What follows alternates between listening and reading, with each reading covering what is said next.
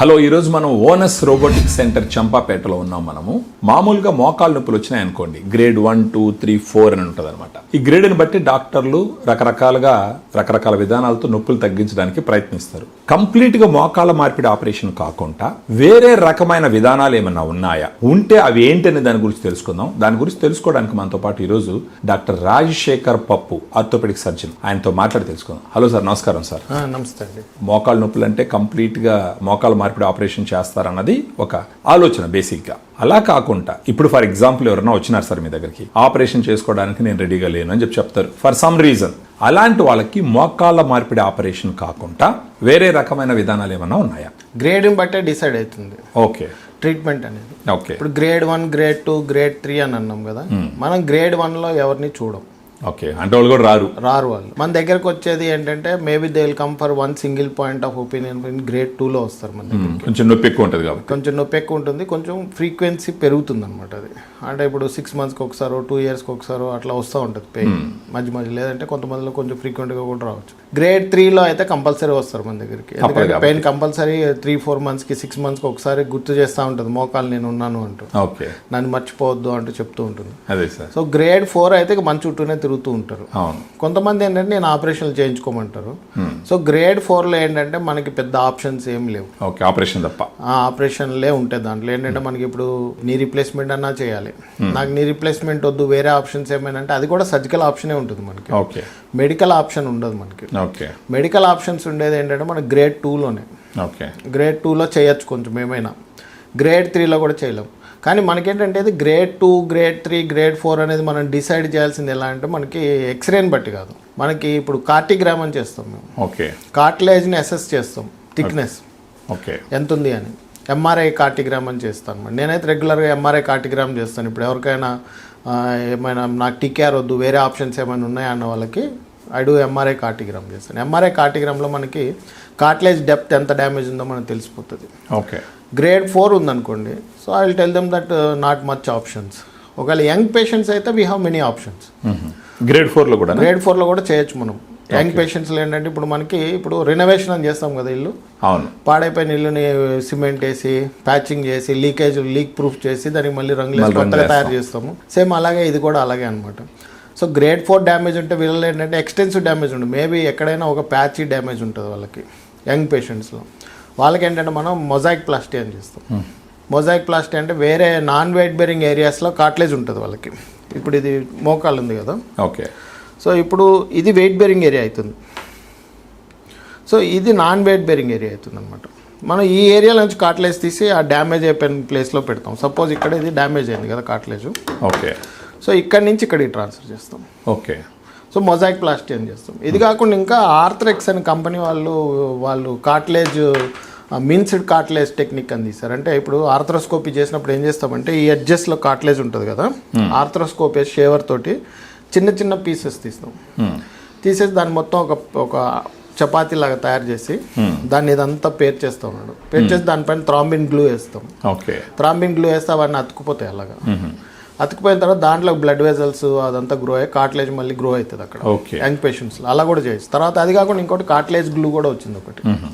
So అది కూడా బోనీ ఏరియాలో మనం ఇంజెక్ట్ చేస్తే they say that cartilage will grow. But this is very new technique అనమాట, కొత్తగా వచ్చి, బట్ వెరీ కాస్ట్లీ. ఇది మిన్స్డ్ కార్టిలేజ్ టెక్నిక్ ఒక 80,000 అవుతుంది మనకి. ఈ గ్లూ ఉంది కదా కార్టిలేజ్ గ్లూ, అది 1.6 ఉంటుంది ఒక injection. So mosaic plasty is cheap అనమాట వీటన్నిటిలోకి, అండ్ మోర్ రిలయబుల్ టెక్నిక్. అంటే సేమ్ కార్టిలేజ్ విత్ బోన్ తోటి తీసి అక్కడ పెడతాం కాబట్టి chance of success or very high. So దీంట్లో ఏంటంటే మనం చూడాల్సింది ఇంకోటి ఏంటంటే డిఫార్మిటీస్ ఏమైనా ఉన్నాయా, కార్టిలేజ్ ఎందుకు డ్యామేజ్ అయింది. కార్టిలేజ్ ఊటినే డ్యామేజ్ అవ్వదు అది. సో ఏమైనా డిఫార్మిటీస్ ఉంటాయి. డిఫార్మిటీస్ అంటే ఏంటంటే కాళ్ళు వంకర ఉంటాయి చాలా మందిలో. కొంతమందికి దొడ్డకాళ్ళు అంటాం కదా మన తెలుగులో, దొడ్డకాళ్ళు, నాక్ నీస్ అంటాం, ఇట్లా వంకర ఇట్లా నడుస్తూ ఉంటారు, మోకాలు తగులుతుంది. అలా ఉన్నప్పుడు ఏమవుతుంది అంటే అన్ఈక్వల్గా వెయిట్ బేరింగ్ వచ్చి జాయింట్ కార్టిలేజ్ ఒక సైడే డ్యామేజ్ అవుతుంది అన్నట్టు. ఇప్పుడు సపోజ్ ఇప్పుడు దొడ్డకాళ్ళు ఉన్నాయి అనుకోండి, ఇది మీడియల్ సైడ్, ఇది లేటరల్ సైడ్ అనమాట. ఈ సైడ్ మొత్తం కార్టిలేజ్ డ్యామేజ్ అవుతూ ఉంటుంది. ఎందుకంటే వాళ్ళు నించున్నప్పుడు హిప్ నుంచి యాంకిల్కి లైన్ గీస్తే వెయిట్ బేరింగ్ యాక్సెస్ ఇటు సైడ్ నుంచి వెళ్తుంది. సో ఇటు సైడ్ అరిగిపోతుంది మనకి. సో అందుకని ఇటు సైడే కార్టిలేజ్ డ్యామేజ్ అవుతుంది. అప్పుడు వాళ్ళకేం చేయొచ్చు అంటే ఆ యాక్సెస్ కరెక్ట్ చేస్తాం. ఇక్కడ వంకర ఉంది కాబట్టి ఇట్లా వంకర ఉంది కాబట్టి కాలు ఇలా వంకర ఉంది కాబట్టి దీన్ని ఇలా చేస్తాం అనమాట. ఓకే. సో ఇక్కడ బ్రేక్ చేసి దాన్ని స్ట్రైట్ చేస్తాం. సో ఇక్కడ కార్టిలేజ్ డ్యామేజ్ ఉంది ప్లస్ వంకర ఉంది అంటే 2 సర్జరీస్ చేస్తేనే మనకి సక్సెస్ అవుతుంది. ఇప్పుడు ఏంటంటే మనకు కొంతమందిలో ఏంటంటే కార్టిలేజ్ డ్యామేజ్ యంగ్ పేషెంట్స్లో కూడా మనకి గ్రేడ్ 4 కార్టిలేజ్ డ్యామేజ్ ఉంటుంది. వాళ్ళకి ఎందుకు కార్టిలేజ్ డ్యామేజ్ గ్రేడ్ 4 అవుతుంది అంటే వాళ్ళకి డిఫార్మిటీస్ కూడా అసోసియేటెడ్ ఉంటాయి, లేదంటే ట్రామా ఉండొచ్చు. ఒకసారి ఏమైనా యాక్సిడెంట్ జరిగినప్పుడు కార్టిలేజ్ కూడా ఇంజురీ అయ్యి కార్టిలేజ్ డ్యామేజ్ అవుతుంది. So that is a different scenario అనమాట. సో అప్పుడు కూడా మనం ఏం చేయొచ్చు అంటే మొజాయిక్ ప్లాస్టీ అని చేస్తాం. మొజాయిక్ ప్లాస్టీ అంటే ఏంటంటే ఇది నాన్ వెయిట్ బేరింగ్ మోకాల్లో, ఇది వెయిట్ బేరింగ్ ఏరియా వస్తుంది, ఇదంతా వెయిట్ బేరింగ్ ఏరియా వస్తుంది. ఇక్కడ ఇది వెయిట్ బేరింగ్ కాబట్టి కాలు వంకర ఉంది కాబట్టి డ్యామేజ్ అయింది. సో అప్పుడు ఏం చేస్తామంటే ఇక్కడ నుంచి కార్టిలేజ్ చేసి ఇక్కడ ట్రాన్స్ఫర్ చేస్తాం. అవి సిలిండ్రికల్ రౌండ్గా ఉంటాయి. సో పంచ్ చేసేస్తాం. ఇక్కడ చేసినప్పుడు ఏమవుతుందంటే అది అక్కడే ఉండిపోయి బోన్ ప్లస్ కార్టిలేజ్ ఉంటుంది కాబట్టి అది హీల్ అయిపోయి ఫుల్ వెయిట్ బేరింగ్ లోడ్ తీసుకునేటట్టు ఉంటుంది. So this way we cover the cartilage damage here. ఇట్లా సక్సెస్ పర్సెంటేజ్ ఎంత ఉంటుంది సార్? సక్సెస్ వెరీ హై ఉంటుంది, ఆల్మోస్ట్ 100% ఉంటుంది సక్సెస్ మొజాయిక్ ప్లాస్టీలో. లైఫ్ కూడా సేమ్ ఉంటుంది, ఎందుకంటే సేమ్ కార్టిలేజ్ ఇక్కడ పెడుతున్నాం కాబట్టి సేమ్ ఉంటుంది అది. కాకపోతే ఏంటంటే మధ్యలో కొంచెం కొంచెం రా ఏరియాస్ ఉంటాయి. సో దే ఆర్ నెగ్లిజిబుల్, ఎందుకంటే రౌండ్ సిలిండ్రికల్ కదా, మనం ఎలా ఒక పని చేస్తాం ఇలా ఒక పని చేస్తాం కాబట్టి ఈ పక్కన ఇవి ఉండిపోతాయి కొంచెం లైట్గా. అయ్యా నొప్పికి ఛాన్సెస్ ఉన్నాయి సార్? ఈ చుట్టూతో కార్టిలేజ్ ఉంది కాబట్టి ఈ మధ్యలో ఏమవుతుంది మన ఫైబ్రో కార్టిలేజ్ డెవలప్ అవుతుంది. సో ఆటోమేటిక్గా పెయిన్ ఉండదు, అప్పుడు బోన్ టు బోన్ రబ్బింగ్ ఉండదు కాబట్టి పెయిన్ అంత ఉండదు మనకి. Okay. So this is one technique. ఇంకోటి కాకుండా ఏంటంటే ఆర్థ్రెక్స్ వాళ్ళ కంపెనీలో ఏంటంటే మిన్స్డ్ కార్టిలేజ్ టెక్నిక్ ఉందన్నమాట. అదేంటంటే స్కోపీ చేసినప్పుడు షేవర్ తోటి ఈ ఎడ్జెస్లో నాన్ వెయిట్ బేరింగ్ ఎడ్జెస్లో ఉండే కార్టిలేజ్ షేవ్ చేసి దాన్ని మిన్స్ చేస్తాం, కీమా లాగా అనమాట. మిన్స్ అంటే చిన్న చిన్న పీసెస్ లా చేసేసి ఆ పీసెస్ అంతా ఒక చపాతీ లాగా చేసి దాన్ని ఇదంతా ఇక్కడ పరిచేస్తాం, అంటిస్తారు. పరిచేసి దీంట్లో గ్లూ వేస్తారు. ఓకే. గ్లూ వేస్తే అలా స్టిక్ అయిపోతుంది అది. సో అది దాంట్లో కూడా అది హీల్ అయిపోయి it will replace the cartilage. Okay. ఇంకా గ్లూ ఒకటి వచ్చింది. గ్లూ కాస్ట్లీ, చాలా కాస్ట్లీ ఉండదు, 1.6 lakhs ఉంటుంది. ఇది కూడా చాలా కాస్ట్లీ ప్రొసీజర్స్ ఇవన్నీ. అంటే ఇల్లు కట్టడం కంటే ఇల్లు రెనోవేషన్ కాస్ట్లీ కదా మనకి ఎప్పుడు కూడా, ఎందుకంటే ఎవరు దొరకరు మనకి చేసేవాడు. ఇది కూడా అంతే అనమాట. ఇంత ఇంట్రెస్ట్ తీసుకొని ఇవన్నీ చెయ్యాలి, ప్లస్ దీంట్లో డిఫార్మిటీ కరెక్షన్ చేయాలి, దీని సర్జరీ ప్లాన్ చేయాలి అంటే పెద్ద కాంప్లెక్స్ వర్క్ ఇది. సో మీకు TKR is a very easy thing. అవును. ఇప్పుడు రోబోట్ వచ్చింది కదా, రోబోట్ తోటి ఇంకా ఈజీ అయిపోతుంది, గురబెట్టే పని ఎక్కువ లేదు, అంత రోబోటే మనకు చెప్తూ మనం చేయొచ్చు. అదే సార్. సో అట్లా దీని చాలా కాస్ట్లీ ఉంటుంది ప్రొసీజర్, టెక్నికల్లీ డిమాండింగ్ ఇది. ఓకే. ఓకే. చాలా డిమాండింగ్ ఉంటుంది. సో అందరూ చేసేవాళ్ళు లేరు మనకి. ఓకే. చాలా తక్కువ మంది చేస్తారు ఈ ప్రొసీజర్స్. ప్లస్ ఆస్టోటమీస్ అందరూ చేయరు. ఇప్పుడు కాలు వంకర ఉన్నప్పుడు ఏం చేస్తామంటే ఇక్కడ బోన్ ఉంది కదా, ఈ బోన్ బ్రేక్ చేసి ఈ బోన్ స్ట్రైట్ చేస్తాం. కొంతమందిలో ఏంటంటే కాళ్ళు వంకర ఉన్నప్పుడు ఒక సైడే జాయింట్ కార్టిలేజ్ అరుగుతుంది, ఇటు సైడ్ కానీ ఇటు సైడ్ కానీ అరుగుతుంది.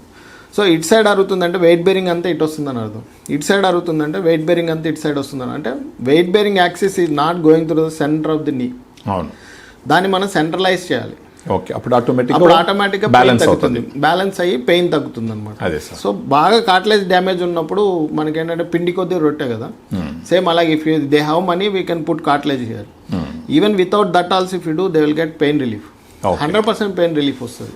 Very good sir. గ్రేడ్ 4లో ఏంటంటే ప్రాబ్లము నా ఎక్స్పీరియన్స్లో they will have some time pain. Okay. అంటే అది కూడా కంటిన్యూస్ పెయిన్ ఉండదు, ఎప్పుడన్నా ఒకసారి కలుక్కుమన్నట్టు అనిపిస్తుంది. But after 6 months to 1 year they are pain free. ఇప్పుడు నేను 7 years 8 years అయిన చేసి కొంతమందికి they come to me, they are very happy, they don't have pain because they got this surgery in grade 4 because they don't want TKR. Okay. నాకు TKR వద్దు, నా మోకాలు నాకు కావాలి అంటే గ్రేడ్ 4లో కూడా చేయొచ్చు. అలాగే హెవీ ల్యాబరర్స్ ఉంటారు కదా, వాళ్ళకి TKR is not suggestible, they can't take load. అప్పుడు అలాంటి వాళ్ళకి ఏం చేయొచ్చు అంటే మనం ఇలాంటి నీ ప్రిజర్వింగ్ సర్జరీ చేస్తే they can get back to go back to their work. So వాళ్ళ ల్యాబర్ వర్క్ అంతా చేసుకోవచ్చు. ప్లస్ ఇందులో ఏంటంటే ఈ నీ ప్రిజర్వింగ్ సర్జరీస్లో లిగమెంట్ లాక్సిటీస్ ఏమైనా ఉంటే we have to restore those function also. వాటిని కూడా లిగమెంట్ కూడా రీకన్స్ట్రక్ట్ చేస్తే ఇప్పుడు జాయింట్ స్టేబుల్ అయ్యి మనకి లైఫ్ ఎక్కువ వస్తుంది అనమాట. కనీసం ఒక ఎన్ని సంవత్సరాలు నెట్టాలి సార్? అంటే ఇప్పుడు గ్రేడ్ 2లో చేసామనుకోండి 15 to 20 years. Oh great. ఇప్పుడు 40 years చేస్తే 60 years వరకు ఉంటుంది, 65 years కూడా ఉండొచ్చు. ఆ తర్వాత ఏదైనా అవసరం అయితే నీ రీప్లేస్మెంట్కి వెళ్ళొచ్చు. ఇది కాకుండా మనకి ఏంటంటే గ్రేడ్ 2లో డిఫార్మిటీస్ లేవు, గ్రేడ్ 1 to కార్టిగ్రామ్లో మనకు కార్టిలేజ్ డ్యామేజ్ ఉంటే we can give stem cells. Stem cells is the only thing now available for regenerating cartilage. Okay. Okay. ఇంకా వేరే పిఆర్పిలో కానీ దేంట్లో కూడా కార్టిలేజ్ రీజనరేట్ అవ్వదు మనకి. అనేది ఉండదు. పిఆర్పి ఏంటంటే ఇట్ ఈస్ నాట్ ఎఫెక్టివ్. అది కూడా ఏంటంటే గ్రేడ్ని బట్టి ఎఫెక్టివ్ ఉంటాయి స్టెమ్ సెల్స్ పిఆర్పిస్ మనకి నీ పెయిన్ మేనేజ్మెంట్కి వస్తే. సో పిఆర్పి ఏంటంటే అది సక్సెస్ అయిద్దో అవ్వదో చెప్పలేము. బట్ డ్యామేజ్ అయినప్పుడు ఇంజురీ అయిన పిఆర్పి ఇస్తే helps in repairing. Okay. But stem cells ఏంటంటే రీజనరేట్ చేస్తాయి. మనం జాయింట్లో ఇచ్చినప్పుడు కార్టిలేజ్ డ్యామేజ్, ఇప్పుడు మన కార్టిగ్రామ్లో గ్రేడ్ 2 ఉందనుకోండి, మనకి గ్రేడ్ 3 కూడా ఇవ్వచ్చు. డ్యామేజ్ కార్టిలేజ్ ఉన్నప్పుడు స్టెమ్ సెల్స్ ఇస్తే మనకి అది కార్టిలేజ్ రీజనరేట్ అయి పెయిన్ తగ్గుతుంది. బట్ దానికి అడిషనల్గా మనం కనుక ఈ డిఫార్మిటీ కరెక్షన్ సర్జరీస్ చేసి అలైన్మెంట్ కానీ కరెక్ట్ చేసామనుకోండి, that will give very long life. Okay. ఇంకెంత ఇస్తుంది అన్నది ఇప్పుడు చెప్పలేము. ఎందుకంటే స్టెమ్ సెల్సే ఇప్పుడు రీసెంట్గా వచ్చింది, మేబీ 3-4 ఇయర్స్ అవుతుంది మనకి మార్కెట్లోకి వచ్చి స్టెమ్ సెల్స్. ఓకే. ఆ స్టెమ్ సెల్స్ కూడా ఏంటంటే మనకి ఒక హ్యూమన్ స్టెమ్ సెల్స్ అనమాట, బోన్ మ్యారో డిరైవ్డ్. ఓకే. ఇప్పుడు మనకి ఇక్కడ ఆల్కెమ్ కంపెనీ వాళ్ళు ఏం చేస్తారంటే వాళ్ళు రిట్రీవ్డ్ యంగ్ మేల్ ఉంటారు, యంగ్ పేషెంట్ ఉంటారు కదా, వాళ్ళే బోన్ మ్యారో తీసి దాంట్లో స్టెమ్ సెల్స్ తీసి దాన్నే కల్చర్ చేసి అందరికి ఇస్తారు. ఓకే. మనం ఆర్డర్ చేస్తే అప్ ఫ్రంట్ మనీ పే చేయాలి వాళ్ళకి. Okay. Okay. Up front money pay చేస్తే వాళ్ళు మనకి ప్యాక్ చేసి కంటైనర్లో పెట్టి -270 degrees టెంపరేచర్లో ఫ్రీజింగ్ పాయింట్లో పంపిస్తారు మనకి. ఓకే. ఓకే. అది మనకి ఇక్కడికి వచ్చినాక 24 hours to 72 hours టైం ఉంటుంది. ఓకే. సో పేషెంట్ రెడీ ఉండాలి, అందరు రెడీ ఉండాలి. ఇక్కడ విత్ ఇన్ 24 hours ఇచ్చేసేయాలి. If there is any delay we can wait up to 72 hours. Okay. ఇంకా అది దాటితే ఇంకా అది పనిచేయదు. ఇంకా అది పాడైపోయినట్టే, వాళ్ళు ఇంకా మనీ కూడా రిఫండ్ ఇవ్వకపోవచ్చు. అదే సార్, ఎందుకంటే అది పెద్ద కంటైనర్లో వస్తుంది మనకి. ఓకే. ఫ్రీజింగ్ -273 degreesలో పంపిస్తారు మనకు వాళ్ళు. అది okay. So good technique sir ఇది. సో టోటల్గా నీ రీప్లేస్మెంట్కి పోకుండా ఇలాంటి వాడుకుంటే ఖచ్చితంగా ఉపయోగపడతాయి. ఏజ్ డిమాండ్ని బట్టి మనం డెసిషన్ తీసుకోవాలి. ఆర్థిక స్తోమతను బట్టి. ఆర్థిక స్తోమత అంటే దీనికి ఖర్చు అనేది బాగానే వస్తుంది.